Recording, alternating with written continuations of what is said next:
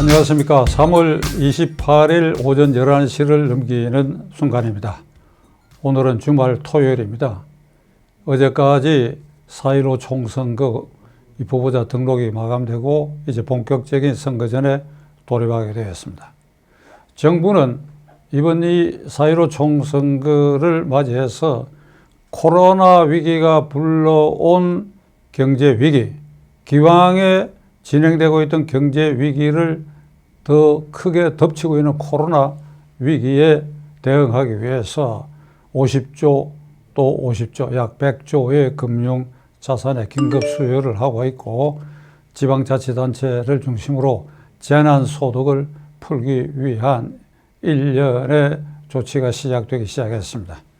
이런 와중에 두산중공업의 수출입은행과 산업은행이 각각 5천억씩 1조를 긴급 수요를 한다라고 하는 뉴스를 우리는 일련의 정부의 경제위기 대책의 한 부분으로만 보고 이걸 눈여겨보지 않는 경향이 있습니다.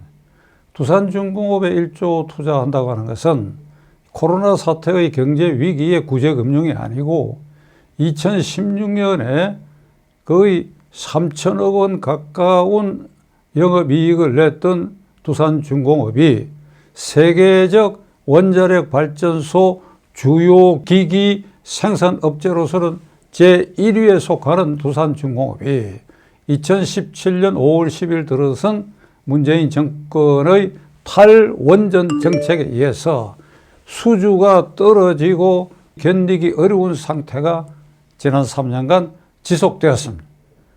최근에는 구조조정을 통해서 그나마 몸부림을 치면서 근로자들을 내보내는 희망퇴직까지 받고 이러니까 노사 분규가 일어났습니다. 두산중공업의 장래는 이 정권 아래서는 암담할 뿐 아니라 장래가 없습니다. 탈원전 정책 때문에 더 이상 수주도 불가능하고, 따라서 거기에 180개 주로 경남 창원 지역에 포진되고 있는 부품 공장마저 하나씩 둘씩 도산되기 시작했습니다. 만일 이번에 1조의 긴급 수주를 하지 않으면 두산중공업도 조만간에 정리 절차에 들어가서 그 회사가 사라질 위기에 있습니다. 이 코로나 경제위기와 관련이 없습니다. 1조를 수주를 했다는 것은.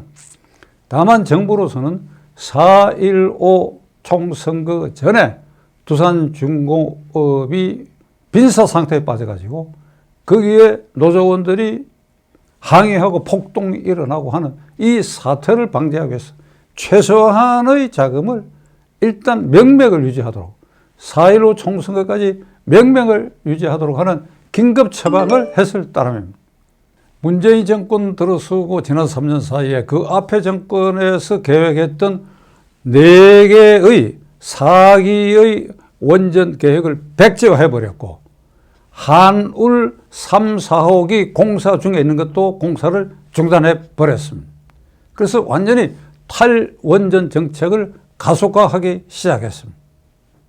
지난 3년 사이에 문재인 정권의 이런 탈원전 정책 때문에 원전 생태계는 거의 망가져가기 시작했고, 세계적 주력 기기를 생산하는 두산중공업마저도 이제 문을 닫을 처지에 이르렀습니다.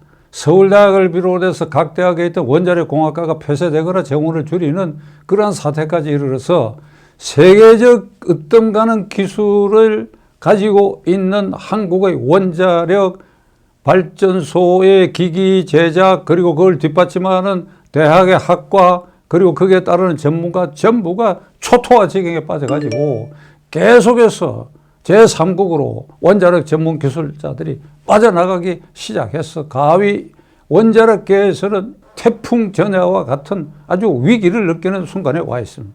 코로나 위기가 덮침으로써 우리 경제의 기초 체질이 굉장히 허약해졌다라고 하는 그 증거로서 소득주도 성장 주 52시간, 그리고 탈원전 정책, 그리고 친노동, 그리고 규제 강화를 풀지 않는 것, 이런 여러 요소가 한국 경제의 위기의 기저 바탕에 이러한 요소들이 자리 잡고 있고, 그중에서 탈원전 정책은 그의 경제 위기에 직격탄을 맞게 하는 요소가 되고 있다는 것은 아무도 부인하지 못할 것입니다.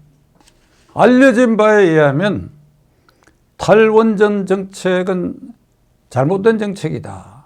탈원전 정책의 출발점은 원자력 발전업이 위험하다. 일설에는 문재인 대통령과 권력 핵심부가 원전의 위험성을 담은 영화 판도라라고 하는 그 영화를 보고 이 정권의 주요 공약으로 탈원전을 내걸었다는 설이 있습니다.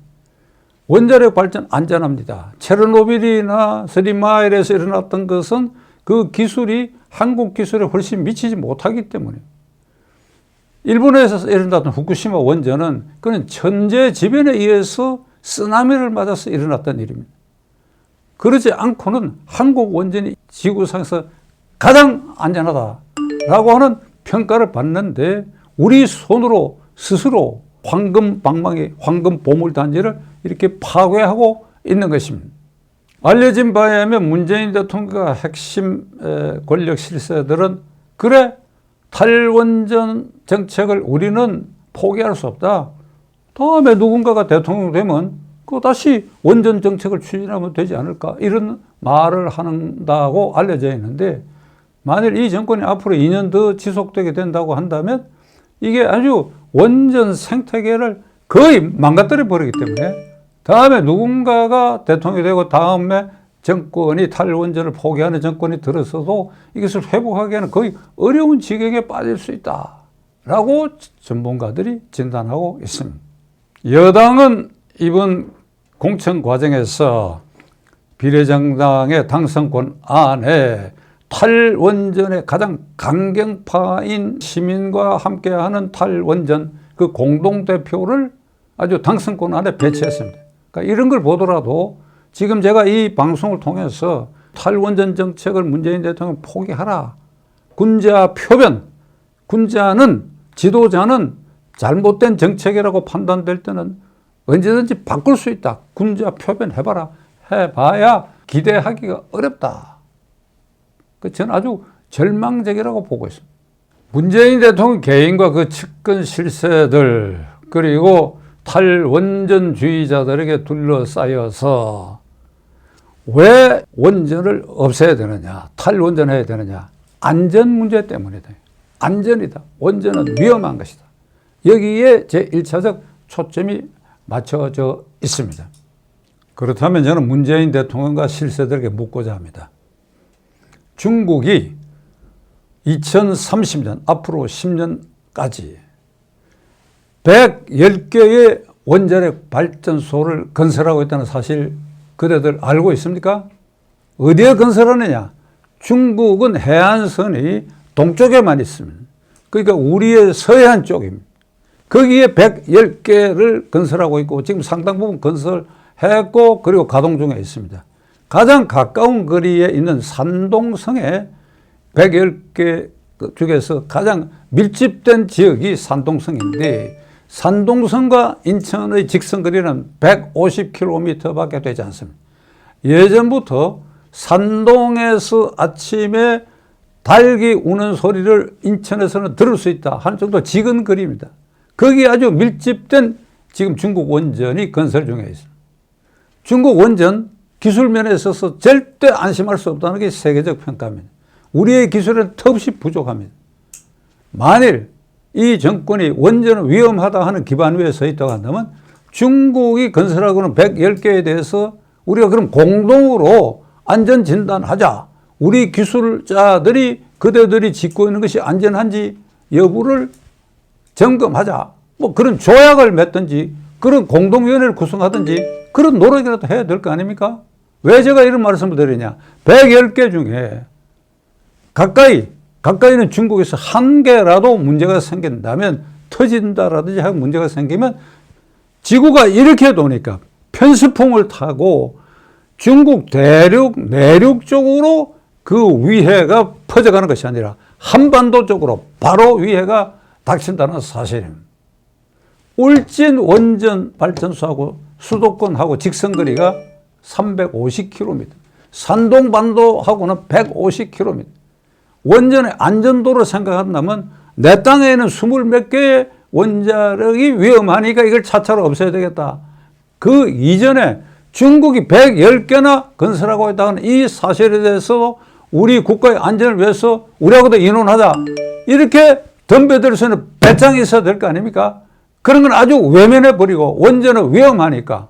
그러니까 우리는 건설 안 한다. 건설하고 있는 것도 중단한다.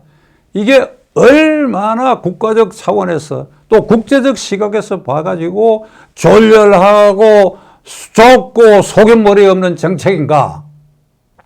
두산중공업에 이번에 1조를 긴급 수주를 하는 것은 이 원전 정책의 기본하고는 아무 관련이 없고 코로나 경제 위기하고도 아무런 관련이 없습니다.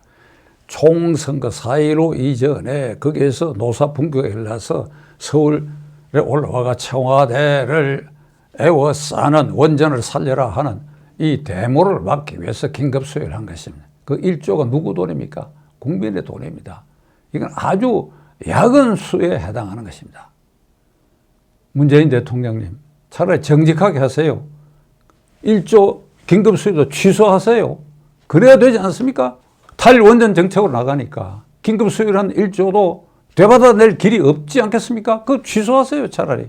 그러니까 아주 정직하게 나가는 것이 오히려 나을지도 모릅니다.